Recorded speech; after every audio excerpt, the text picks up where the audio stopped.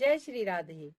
गीता के 7वें अध्याय का महात्म पितरों को प्रसन्नता देता है। पितृपक्ष में इसे जरूर पढ़ना चाहिए। आप इसे हर अमावस्या को भी पढ़ेंगे तो पितृदोष से आपको मुक्ति मिलेगी।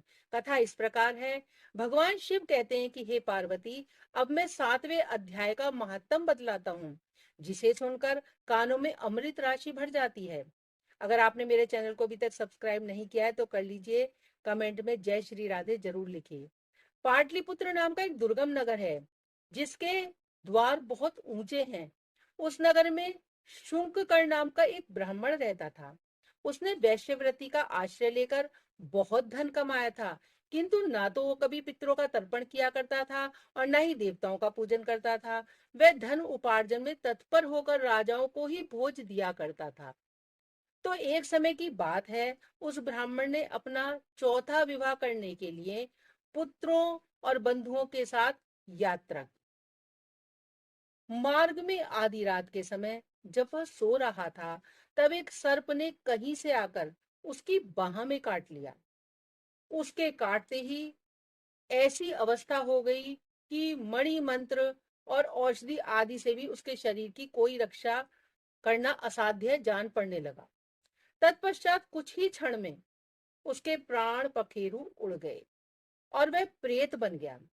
फिर बहुत समय के बाद वह प्रेत सर्प योनि में उत्पन्न हुआ। उसका चित्त धन की वासनाओं में बंधा हुआ था। उसने पूर्व वृतांत का स्मरण करके सोचा कि मैंने घर के बाहर करोड़ों की संख्या में अपना जो धन गाड़ रखा है, इससे इन पुत्रों को वंचित करके स्वयं ही उसकी मैं रक्षा करूंगा। ऐसा वो सोचने लगा। सांप की योनि से पीड़ित होकर पिता ने एक दिन स्वप्न में अपने पुत्रों के समक्ष आकर अपना मनोभाव बताया। तब उसके पुत्रों ने सवेरे उठकर बड़े विस्मय के साथ एक दूसरे से स्वप्न के बारे में बात की। उनमें से जो मंझला पुत्र कुदाल हाथ में लिए घर से बाहर निकला और जहां उसके पिता सर्प योनि धारण करके रहते थे, उस स्थान पर गया। यद्यपि उस स्थान पर यद्यपि उस धन के स्थान का ठीक ठाक पता नहीं था, तो भी उसने चिन्हों से उसका ठीक निश्चय कर लिया और लोभ बुद्धि से वह वहां पहुंचकर बॉम्बी को खोदने लगा। बॉम्बी जो सांपों का घर होता है, आरंभ किया। तब वे बॉम्बी से बड़ा भयानक एक सर्प प्रकट हुआ और वो बोला, ओ मूण, तू कौन है? किस लिए यहाँ पर आया है? यह बिल क्यों खोद रहा है? किसने तुझे यहाँ पर भेजा है? ये सारी बातें मेरे सामने तू बता। पुत्र कहता है, मैं आपका पुत्र हूँ, मेरा नाम शिव है।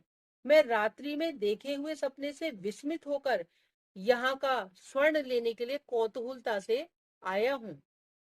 पुत्र की ये वाणी सुनकर वह सांप हंसता हुआ उच्च स्वर में इस प्रकार से स्पष्ट वचन में बोला कि यदि तू मेरा पुत्र है तो मुझे शीघ्र ही बंधन से मुक्त कर।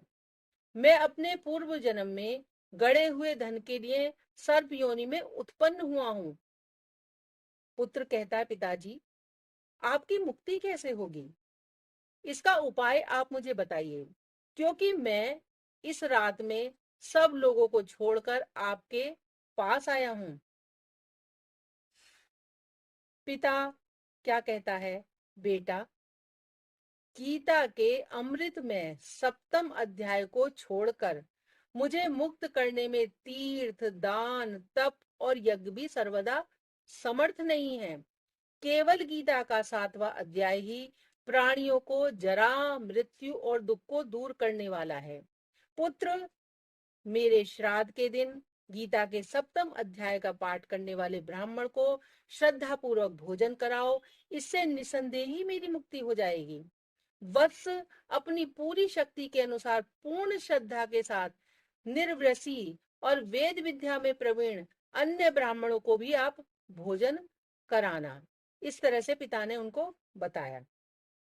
सर्प योनि में पड़े हुए पिता के ये वचन सुनकर सभी पुत्रों ने उनकी आज्ञा के अनुसार तथा उससे भी कहीं अधिक तब शुंककर्ण ने अपना सर्प शरीर त्याग दिया और दिव्य देह धारण की। सारा धन पुत्रों के अधीन कर दिया। पिता ने करोड़ों की संख्या में जो धन उनमें बांट दिया।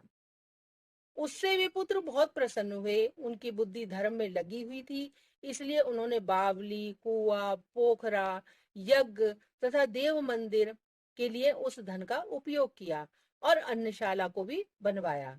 तत्पश्चात 7वें अध्याय का सदा जाप करते हुए उन्होंने मोक्ष को प्राप्त किया।